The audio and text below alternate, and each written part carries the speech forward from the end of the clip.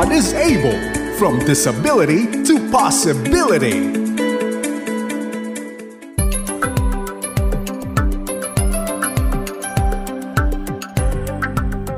Magandang araw, magandang hapon, magandang gabi mga kaagapay. Ito po ang programang God is Able, napapakinggan sa FEBC, Radyo TV at napapanood sa Facebook Live.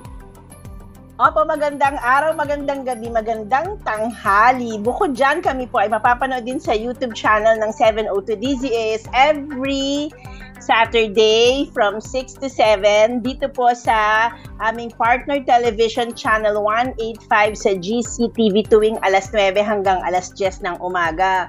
Ang God is Able ay miyembro ng kapisanan ng broadcaster ng Pilipinas at maaari niyo po kaming i-message sa smart number 0999 2235675 at globe number po na 09169660.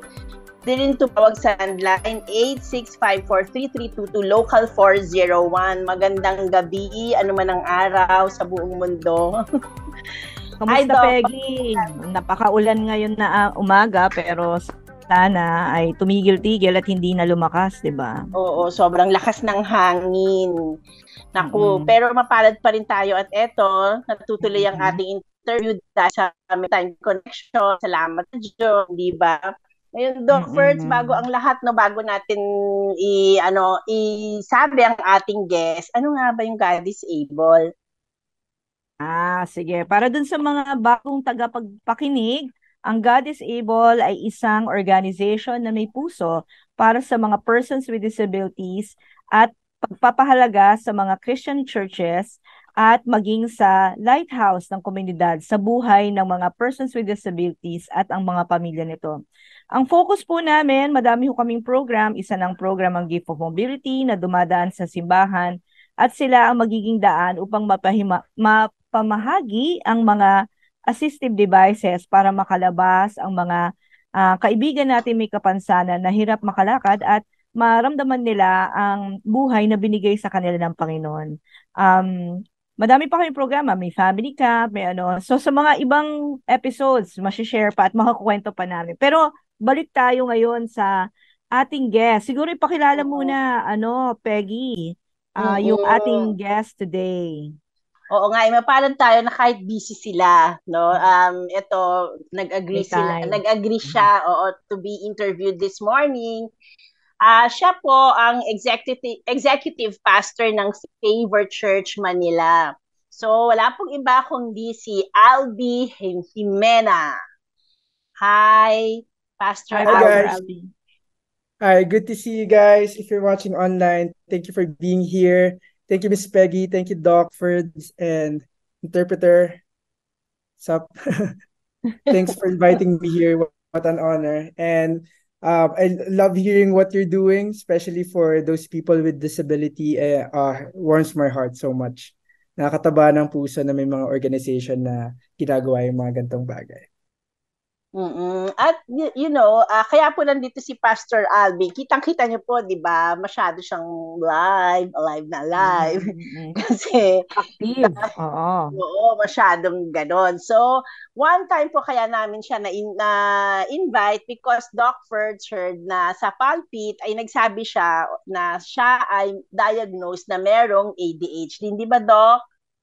Oo, Siyempre, naging interested tayo dahil nasa larangan tayo ng disability, gusto rin natin marinig yung mga kwento na kagaya ni Pastor Albi na kahit meron siyang diagnosis, ay nakakapaglingkod siya sa Panginoon. At yun ang gusto nating malaman, ano.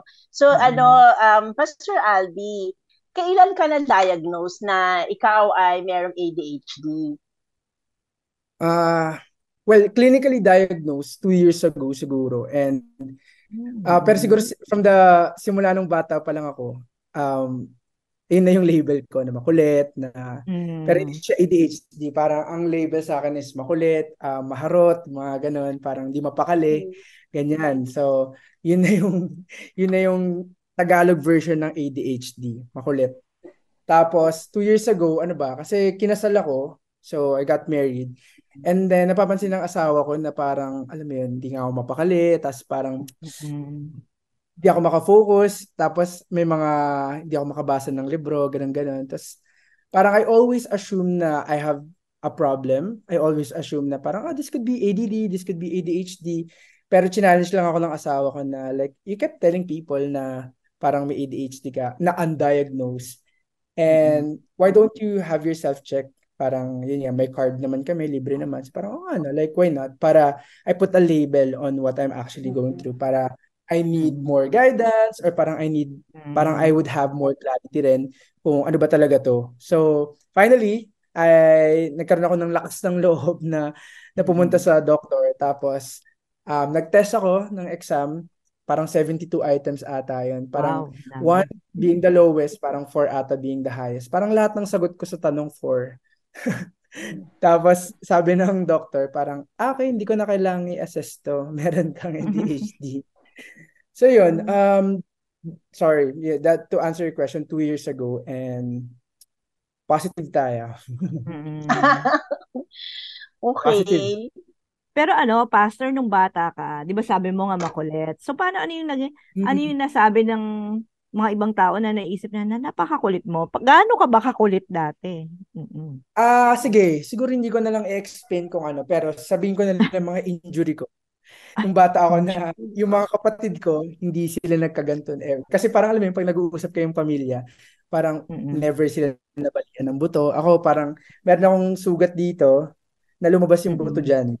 Kasi parang nakikipag-racing ako, na-semplang ako, mga ganyan. Naka-semplang ako sa motor, tapos ano ba? Basta lagi akong gala, nasa labas ako lagi. Parang laro ako ng laro, hindi ako mapakali. Hindi ako napapagod, I would say. Tapos, siguro even sa bahay, kaya siguro lagi rin ako napapalo nung time na yun. Kasi, syempre bata ka, parang hindi mo naman ma-process din yung emotions mo. Pero there's this deep inside of me na parang I need to release my energy. Pero we came up I came from a very financially challenged situation when I was a kid.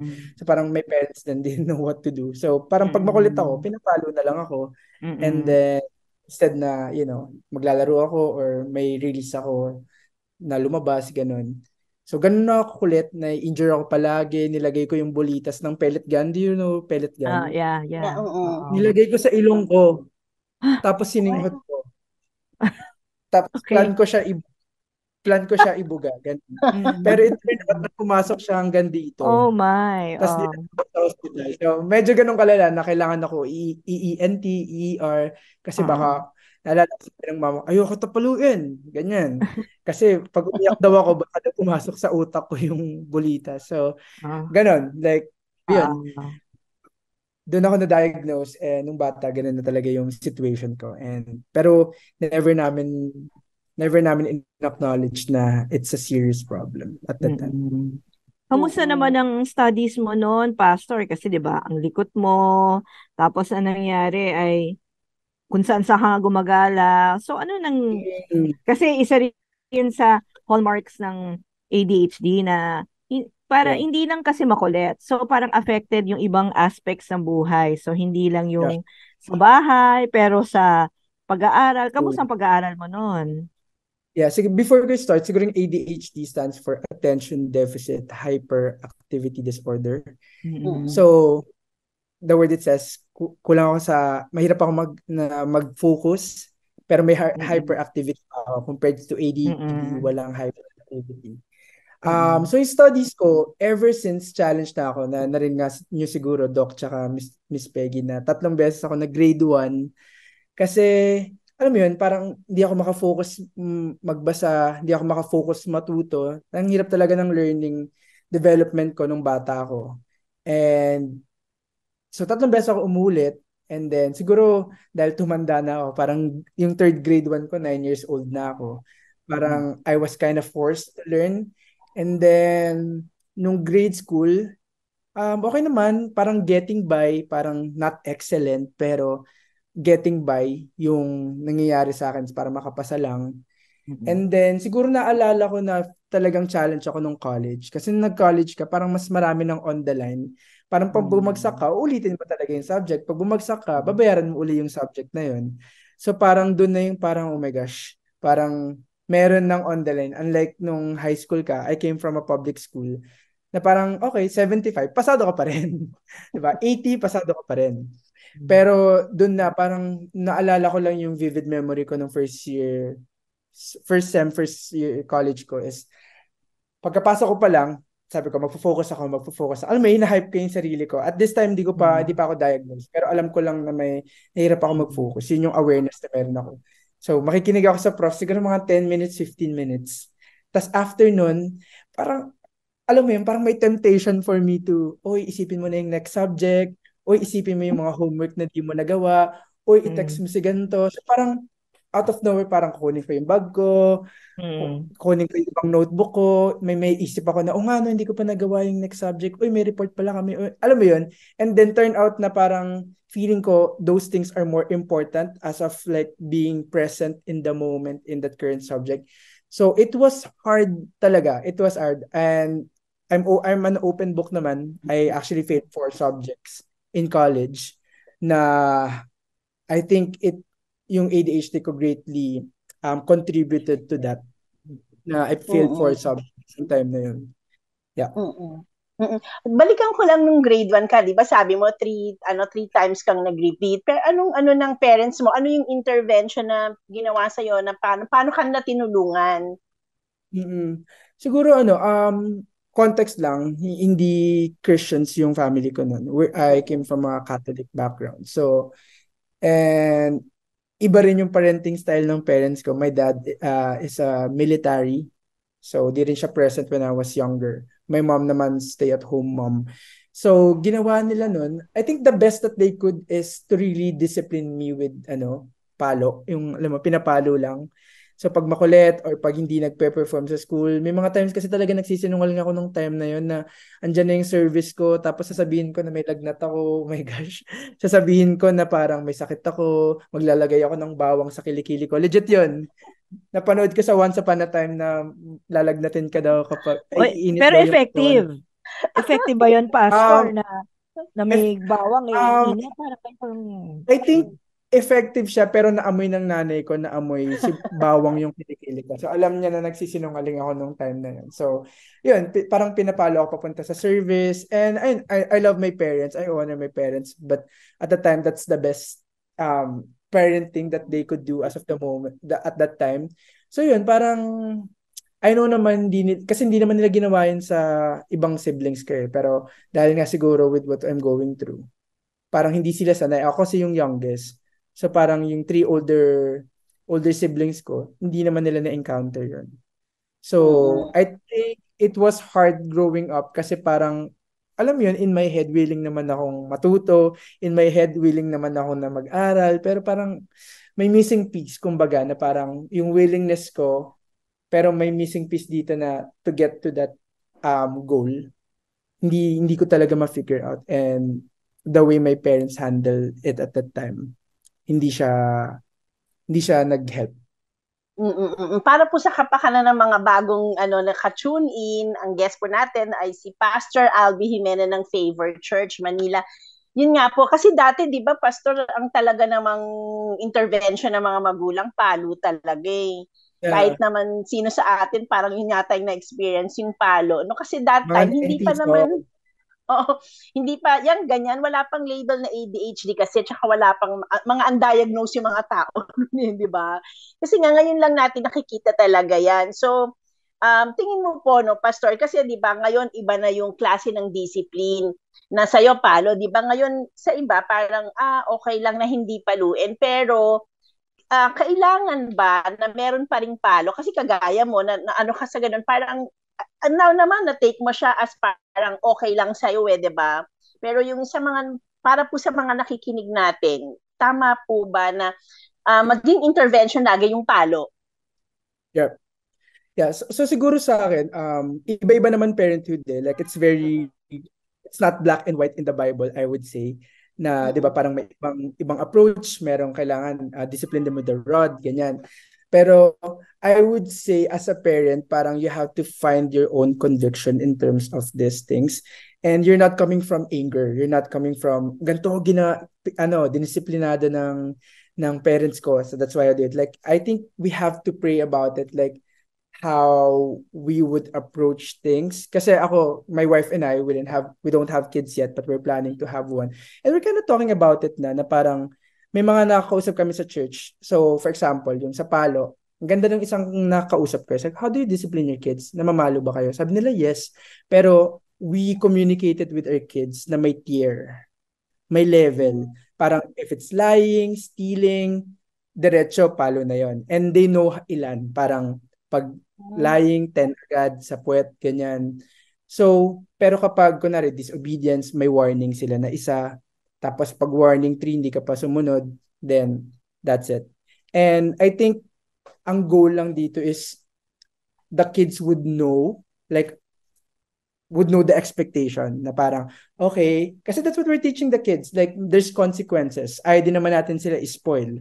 Pero what we do, okay, when you lie, you get these consequences. Because when you become an adult, when you lie in your office, when you lie in your workplaces, may consequences siya. Matatanggal ka sa trabaho. Diba? Parang yun yung tinuturo natin. It's a longer term, I would say longer term plan siya na natutunan ko sa mga tao. Pero I think in terms of ang dami kasing ang daming complication ng parenthood eh. I'm not a parent yet, pero as I talk to different people, like, like papaluin mo ba kung yun nga, kunwari, hindi siya magaling sa school. And then I would say, if I were my parent back then, I would actually offer more support, emotional support. I would offer more questioning, like how dealing with their emotions, like, okay, why do you don't want to go to school? Why are you having a hard time, 'di ba? Parang saan to nanggagaling? Kasi at the end of the day, as parents or even guardians or leaders, ang goal naman natin is to really champion them, really support them. So, if tingin natin yung pagpapalo, kunwari, na mamalo ka ngayon, and tingin mo nag-work naman in a good way, then I think, just set parameters. Pero tingin mo, if namamalo ka tapos nagiging rebellious lang yung kids mo or things are getting worse, then I think you have to shift the approach into a more caring and support. Kasi nga, sinasabi ko, if I were my parents back then, I would ask questions, I would ask questions para makita natin yung underlying issue. Kasi if we just cut yung taas, yung symptoms, we're not actually dealing with the root issue, which is at that time, ang root issue ko is I have a problem with my attention span and hyperactivity. So, Pico, paano mo to sa iyo na deal? Kunyari, pinapalo ka ng parents mo. Syempre, di ba, was there a time na naging rebelde ka? Syempre, dumating ka ng high school. May mga bagay na, di ba, hindi naiintindihan natin ng puso at ng isip kung bakit gano'n yung intervention. So, dumating ka ba sa punto na may ganun din? Yeah, actually, so Filipinos kasi we're not very good with confronting our emotions or even confronting our issues.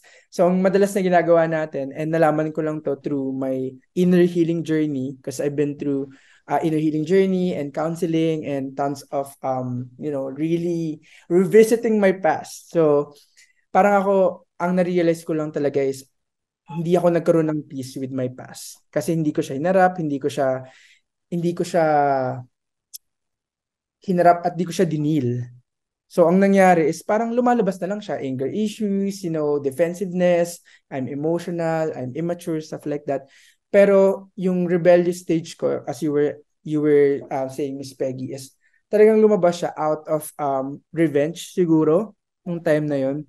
Pero it was unhealthy and it wasn't godly at all.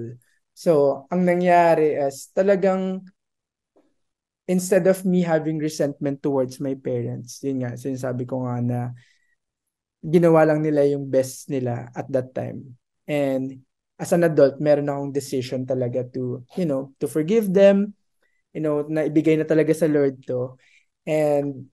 Pero dinil ko din sa sarili ko. And yung healing journey ko nung time na yun is talagang I have to go through like 20 weeks of inner healing, counseling. I'm still meeting my counselor once in a while now if I feel like I get triggered with things. So, yun, dinil ko siya in terms of like my underlying issue and root cause and the open wound that I had before. That's So nice. naging challenging ang buhay mo talaga, Pastor, no, nung medyo bata-bata ka pa. So ang tanong ko naman, paano natawag ka ng Panginoon na considering na ang dami mong iniisip, ganyan-ganyan at ang dami mong pinagdaanan, paano ka natawag ng Panginoon sa buhay na gusto niyang tahakin mo ngayon? Yeah, funny you asked that kasi ayoko talaga eh. Actually, ayoko talaga mag-ministry. Mas gusto ko mag-business, mas entrepreneurial ako. Yung wife ko naman on the other hand, siya naman yung at that time gusto na mag-ministry since college pa lang. Pero walang nag-open na door sa kanya. Tapos sa akin, nung time na yun, actually si Pastor James, yung senior pastor ng Favorite Church, asked me one time parang, oh, what's your plan next year? And sabi ko, I'm doing this, I'm starting a business, ganyan. Tapos sabi niya, do you see your life in the ministry, working in the ministry? And I said, honestly, I said no. Sabi niya, why not? Sabi ko, honestly, parang feeling ko I have so many issues. I'm still not there. To be honest, I don't like reading the Bible. I was very honest with, kasi like, sabi ko nga baka may ADHD ako. I don't like reading at all. And then, he said na, he sees me, ganyan. And then that I'm handling naman facilities. Nung time kasi na yun, yung first role ko is handling the facilities. I'm the one nag-head ng ushering team, nagbe-make sure na may upuan, may envelope, yung mga leak sa tubo, mga ganyan, mga pest control, stuff like that. So parang at that time, talagang he trusted me because it wasn't a pastoral care role at that time na talagang it's fully and from then siguro like I fell in love and I know it was a God orchestrated move na talagang napasok ako doon tapos within the environment that we have in our staff parang nag-grow ako to love God more and eventually love what I get to do and started to love reading the word of God, praying, leading people, having more compassion towards people, what's God's heart towards people who are sick, stuff like that. So it came to a point na oh my gosh, like I know if plano ko lang yon, I wouldn't be here. But I know talaga na God has really called me here in such a time. And, saya kasi parang, parang ang daming tao na would ask me about my past, about what I gone through. And I can really say na it's really God's grace that led me to here in terms of healing, in terms of trauma, in terms of many different things I could share and I can take credit. I really can take credit to where I'm at now, like the influence that I have, the authority, the platform that God has given me. I can take credit. It's not my skill. It's not, like not my own will actually. So what led me to here is really, I think, of course, yes, God used our senior pastor, si Pastor James Ayton, and with his leadership and with his guidance also. But at the end of the day, it's really God's hand was upon this.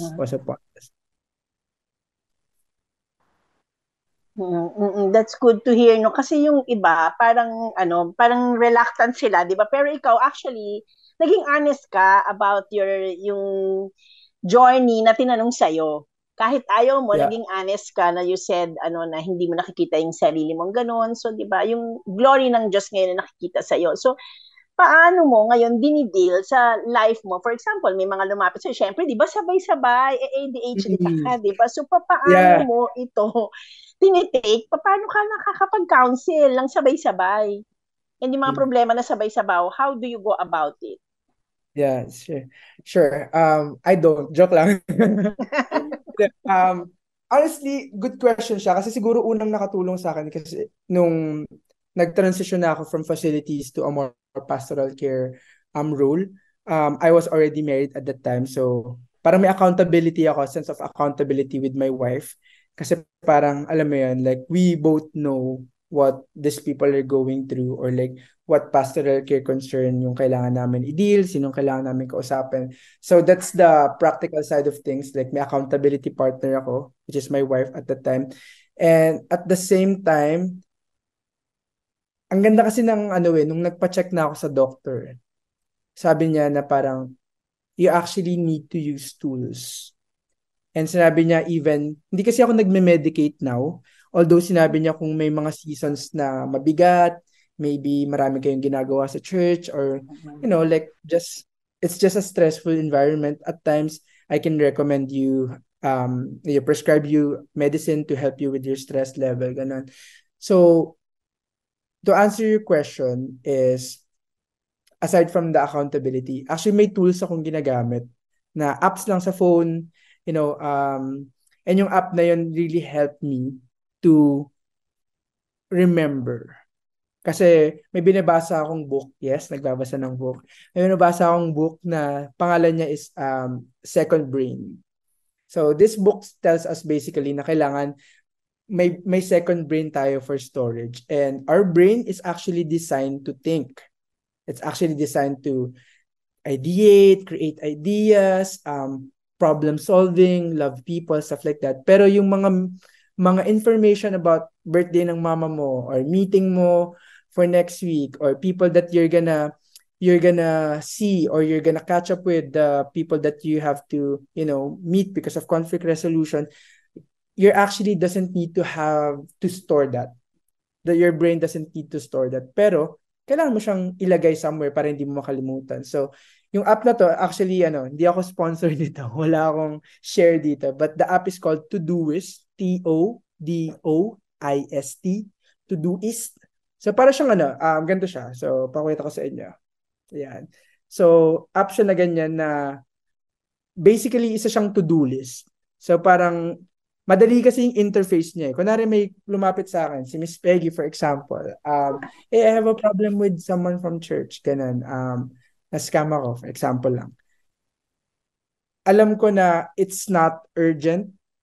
Alam mo yun, hindi, kailangan siya ng ibang meeting. Kunwari on a Sunday, my first role is to love on people, say hi to people. Just hindi siya counseling session. Hindi siya upuan natin to. But I know that's important, di ba? It's important for us to have a conversation with this. So, ang gagawin ko is makiklik lang ako ng add task, and then i-write ko na agad. Okay, meet with Miss Peggy about this pastoral care issue. And then I'll ask her, like, when are you free to meet? Are you free to meet on Wednesday, 10 a.m.? And pwede mo na kasi ilagay yung time and yung date and kung ano yung priority level niya. So, ngayon, in my head, wala na siya. Pero, by the time na Wednesday, makikita ko yung mga gagawin ko. Okay, I have to meet Miss Peggy 10 a.m. or I have a DZAS interview at this time. So, I know ahead of time. So, siguro dealing not just with pastoral care concerns, but life in general. Like, aside from us being a pastor, we actually have a bunch of admin tasks. We have a bunch of project timeline. We have a bunch of systems going on. We're trying to improve our system with our small group sign up to connect group attendance, stuff like that. Ang daming involved sa role namin, like relationship management, crisis management, project management. Ang dami niya, pero kailangan mo ng tool. So whether it's a note-taking app or this app, kailangan mo ng second brain to take note na kung ano yung mga dapat mong gawin para ma-prioritize mo. Thank you for sharing, Pastor. Parang sa akin, magagamit ko rin yan actually, kahit hindi kasi sa sobrang daming gawain. Pero curious ako, Pastor, di ba sabi mo dati, ayaw mong masyado yung magbasa ng Bible. So how are you dealing with that? Kasi I'm sure meron din tayo mga listeners na they know they would like to read the Bible, pero challenge sa kanila. So how have you dealt with that, or how are you dealing with that?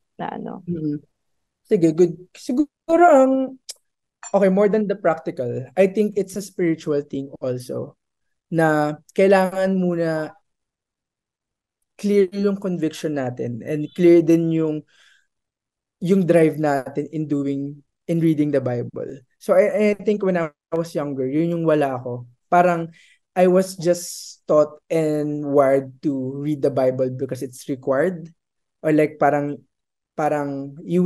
may guilt and may shame pag parang nasa group of Christians ka tapos ikaw lang yung hindi nagbabasa ng Bible, hindi ka nagsusoap, hindi ka nagsuscripture, observation, application and prayer. Parang, oh, ano ba yan? Pero me understanding, I'm a guy, especially when I became a part of the team in favor, like really understanding the why. Ano ba to? Like, ask God why. Why do I need to read the word of God? Why do I show up each day even if I don't feel like it? Why? Diba, parang kasi we have all unlimited reasons not to read the Bible. Can we acknowledge that? I'm busy, I'm working, I have to work out, I have to, take care of my wife, we have all these reasons. And as humans, we go to different seasons in our lives. But I think knowing our why, God, why? And I think the why that really I really got when I asked God in terms of reading the Bible is this is actually God's word. Like, di ba, when people say God, I don't hear God, or God is absent, God is not talking to me, like the Bible is actually God's word. Like, di ba, parang when you read that, parang you're actually talking to God, listening to God, receiving from God. So when I realized that, like, oh my gosh, why wouldn't I read this Bible? And I know I have more hard work to do because of attention, because of I am more tempted to do, like play sports or go to the gym or like eat or make coffee. But I make it a point na this is more important in my life. Like that I honestly created a rhythm that I'm not gonna go to the gym. I'm not gonna call someone. I'm not gonna touch Instagram, Facebook before basta matapos ko yung quiet time ko. And honestly, there are moments na I don't feel like going. I don't feel like reading. I don't feel like, showing up. But there's actually power when we show up, you know. And I'm quite honest with God. Like, God, you know what? Pagod ako kagabi. Like, but I'm gonna show up. Would you meet me right now as I read the Bible? Would you reveal something to me in the Bible? So I think I know the why. So my drive and my motivation is no longer external. Parang internal na siya. I'm gonna show up because I know I need to know God. I need to be more like Him. The Bible says that we need to seek Him and live righteously and everything will be added unto us. So, alam mo yan na parang I show up, and para siyang sa gym I would say na parang may mga times na ayaw mo talaga mag-show up. May mga times na ayaw mo talaga pumunta, pero as you show up, it's an act of faith na parang I am believing first before I see it. And then So, it became a habit eventually. So, Pastor, parang sinasabi mo na first is, di ba sabi mo spiritual, it has something to do with spirituality. So, so dapat mahalaga na malaman ng isang tao yung relationship niya with the Lord Jesus, ano? And then second, yung importante ba na meron kang church community? Gaano ka-importante yun? Yeah. Sobra. And siguro brief background din before ako nag-favor. Actually, nag-backslide ako after ko graduate ng college kasi yun nga, as sinasabi ko sa kanina, it's rebellious season in my life na I had money, I have freedom, I can do whatever that I want. But when I came back to the Lord, yun nga, sinasabi ko rin sa preaching ko last time is like it feels like a homecoming, like a prodigal son once was lost is now found and was dead, now alive. It doesn't end kasi with you accepting Christ. It doesn't end with you believing in Him. But it's actually a journey that we need to walk into this thing called life. And what's really important talaga is, yes, I had a moment. And I had a moment, when I say a moment, like sometimes Sunday, we had a moment. And then Monday, there's problem. There's, temptation. And what really helped me throughout the journey is that from Monday to Saturday, I have my small group with me. Now I can message, hey guys, I'm feeling sick. Hey guys, I'm feeling this. Can you pray for me? And then the community would call me, hey Abs, musta ka? Hey, kamusta ka dito? Ganun. Or sometimes, if may mga times na malungkot ako, I would go to their house. Pwede ba ako pumunta sa bahay niyo? I'm just feeling tempted dito sa place ko. So, it's super important kasi God's gonna use the community. God's gonna use the people, the godly people around you to point you back to Him. So, sobrang importante siya sa journey ko. Mm, okay. So, sobra siyang important dun sa journey. So, you mean, dapat ba lahat ng tao, whether PWD ka or hindi ka PWD, dapat ba is you should have a personal relationship with the Lord Jesus? Yes, definitely. And I think that's what I was telling about you guys earlier, na kailangan alam din natin yung why natin. Like, 'di ba, parang when you accept God in your life, sabi sa Bible, you're never gonna be the same again. You're never gonna be the same again. And I think hindi siya magic potion eh. Hindi siya parang, oh, mawawala na lahat ng problema mo. What happened to me is, slowly, gradually, nag-change yung perspective ko. Like, I become more, as I desire to seek Him, as I desire to become like Him, parang nag-iiba yung mundo mo, nag-shift yung perspective mo, yung mindset mo, and you're becoming more like Christ. And super important siya to make that decision kasi you're declaring din na your old life is gone and the new has come, that you are now a new creation. So, okay, that's great, Pastor. So, before that and all, let's give way first to our hope notes. Trust God to provide. Will He not also graciously give us all things? Romans 8 verse 32. Sabi sa Bible, He did not spare His own Son, but gave Him for us all. So with Jesus, God will surely give us all things. Isang author ang nagbigay ng analogy. Let's say may isang lalaki na nakakita ng isang batang binubugbog sa kalsada. Imbes na baliwalain, ang lalaking ito ay tumakbo at nirescue ang bata. Dinala niya ito sa isang hospital para magamot at maalagaan ang mga natamo nitong sugat. Binayaran niyang lahat ang hospital bills.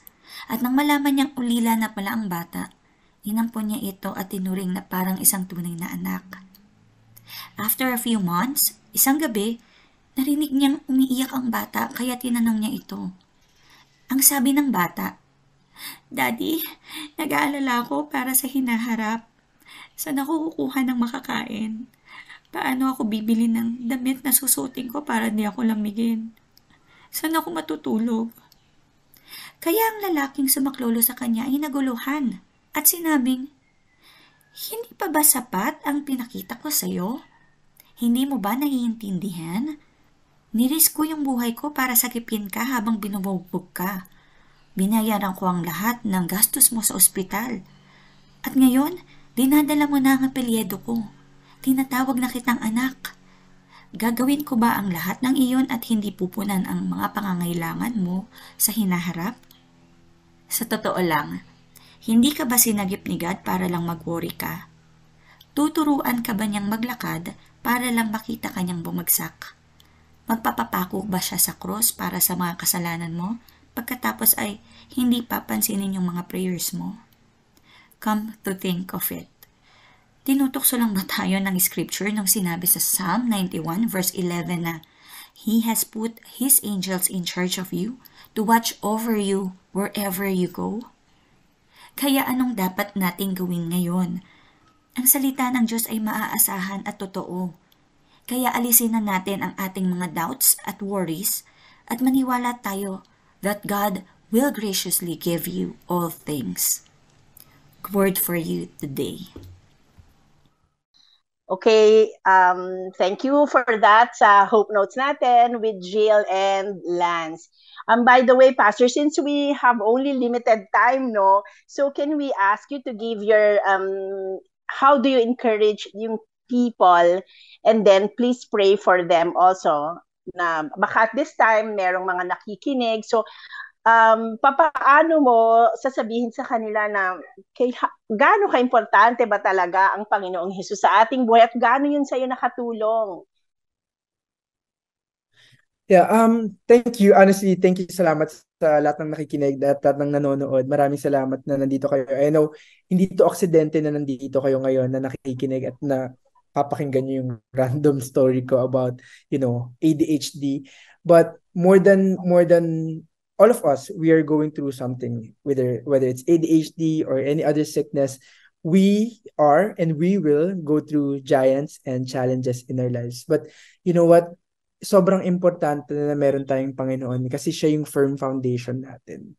And yung firm foundation natin, kahit anong bagyo man, bagyong Egay man, or super typhoon, Yolanda, yung dumating sa buhay natin in our spiritual life, if we have Jesus, we have God in our lives, we have a firm foundation that yes, our life is shaken, but our very firm foundation is not shaken. That, like you would lose things, you would lose people, you would lose your loved ones, but you know that you have a peace and you have the love of God within your life, that you would be able to, move forward in life and really create impact and a purpose, and that you could walk your purpose and your calling in this world. And sobrang importante siya na may Panginoon tayo, kasi yung minsan pag nagre-rely lang tayo on our own understanding, in our own strength, mauubos yan eh. Mauubos yan. But God, who has the unlimited resources of strength, of peace and hope and joy even, sobrang hindi tayo mauubusan. Hindi tayo mauubusan. So if that's you, if you're struggling with any sickness, whether it's ADHD, ADD, or whether it's cancer, diabetes, or just maybe you're just simply lost, or maybe you're just simply not focusing on where God is directing you to be, I'll pray for you right now. God, thank you so much that you are a loving God, that you are a faithful God, that even right now, God, even as I start praying, God, that I'm declaring, God, who you are in our lives, like your character, God. The God that we know, the God that we know in the Bible is a God who provides, a God that heals, a God that is faithful, a God that is loving, Lord God, that you would not withhold good things in our lives, God. So I pray right now, God, for those people who are listening and watching this, God, I pray, Father, whatever season, whatever baggage, whatever giant, whatever wall that they are facing right now, God, in the name of Jesus, I pray, Father, that we would fully encounter you right now, that we would receive you in Jesus' name. So even right now, if you don't have a personal relationship with God, like, can you put your hand on your heart right now, wherever you are? God, I pray for these people who doesn't have a relationship with you, God, but want to accept you right now. Or maybe you're someone who run away from God. Could you repeat this prayer after me? Lord, thank you so much that you love me. Thank you so much that you see me and you are with me, God. I acknowledge that I am a sinful person, God, and I ask for repentance, Lord God, for all the things that I have done, Lord God. I believe that you died for my sins, oh Jesus, and that you rose again after 3 days. Now I am accepting you, Lord God, in my life, to be my Lord, to be my Savior, to be my King. I pray that you have authority and sovereignty, Lord God, over my life. I love you. In Jesus' name I pray. Amen and amen. And for the rest of us, I hope that you guys are having a great day and great time so far. Ikaw, Doc Ferds, ano yung take on mo sa interview natin ito kay Pastor? Sa akin, kasi parang ako, ang take on ko, Sige, Doc. Sige, yung sa akin, ang tumatak sa akin na parang ginamit talaga siya ng Panginoon. Kahit na may past siya na parang medyo challenging, pero the Lord has really touched him and used him, and he has heeded the call. So, nakinig siya dun sa tawag ng Panginoon na pwedeng gamitin. So, ganun rin yung mga ibang kasamahan natin na may mga persons affected by disability or persons in their families na pwede sila pa rin gamitin. Kahit na parang makulit, kahit ano ka man, basta tinawag ka ng Panginoon, go. Yun. Sige, Peggy. Ikaw naman, ano naman yung tumatak sa'yo? Sa akin, tumatak sa akin kasi siya, di ba sinasabi, parang, yung minsan parang out of revenge, hanggang out of yung anger ba. Pero importante, nung nakita niya sa buhay niya, yung Panginoong Jesus natin, na parang doon siya naging maayos, kahit sinabi nga niya, di ba, hindi siya nagtitake ng medicine, Pero sinabi sa kanya ng doktor na kailangan mong pero alam mo yung bagay na yon na even that he puts his faith on Jesus kasi nga naman remember as far as diba, as far as the east and the west, God loves us no matter what, diba? So kahit ano pang disability ang meron ka, yung pagmamahal ng Diyos ay hindi siya nauubos at yun lamang ang dapat na meron tayo. So, ayun yun. Mahalaga na meron tayo nun. So, for the last time po, Pastor Albi, specifically, how are you going to encourage the ADHD people? Baka meron pong nakikinig sa atin. That's cool. Siguro, una is, of course, pray, like, I love what David does all the time in the Bible. It's like, search my heart. So parang us asking God to search our hearts. Kung may problem ka with focusing, may problem ka with your ADHD, ask God, kailangan ko ba talaga ng tulong? And that's the spiritual aspect, but the second is the practical. Is talagang have yourself check, Have yourself check if you are if you have a card, if you have financially able to do that, you can go to the doctor. But if maybe you don't have a card or you're struggling financially, is like there are actually online resources right now that you can take, and yung mga exams na in exam namin, I think it's also available, and from then if you know na diagnose ka, research about it, paano ba how do you handle this disease? How do you handle this, yung mga symptoms, diba? Kasi, pag hindi natin alam yung battle o yung kalaban natin, hindi tayo mananalo sa battle natin. So, first step talaga is acceptance and awareness. And when we know that, we know what are the right tools and what are the right approach, what are the right freedom to set in place para we can be victorious towards this disease. But my encouragement, siguro if you remember just one thing in this interview is, it is possible. It is possible to gain focus. It is possible to learn. It's possible to read books. It's possible to learn different things, and you can grow because God says like we can do all things through Christ who strengthens us, and we have the power in Him. And that's what I love about it. Like even sabihin ka ng doktor na hindi na possible, like we have faith to believe na it is possible. And I'm one of the testimonies siguro na like it's doable. So praying for you guys. So if you have more questions, you can message me. Thank you so much for having you. Thank you so much. Alam namin maraming nakikinig at nakatulong ito at nanonood din. Salamat po. Kung meron kayong mga natutunan, salamat dun sa testimony ni Pastor Albi. Albi, salamat for gracing our show dito sa God is Able Radio. So natapos na ang isang oras. Maraming salamat mga kaagapay sa pakikinig. Ito po ang programang God is Able sa Vision PWD. Ako po si Peggy Lotho. Tayo po ay sabayang napapakinggan sa FEBC Radio TV at napapanood sa Facebook Live at YouTube channel ng 702 DZAS FEBC Radio TV. Gayon din sa channel 385 sa GCTV. Ako po si Doc Ferds. Kami po ang programang God is Able. Laan ay katatagan at pag-asa sa mga Pilipinong persons with disability. From disability to possibility. Salamat po. Bye-bye. Salamat. Bye-bye. God bless you all.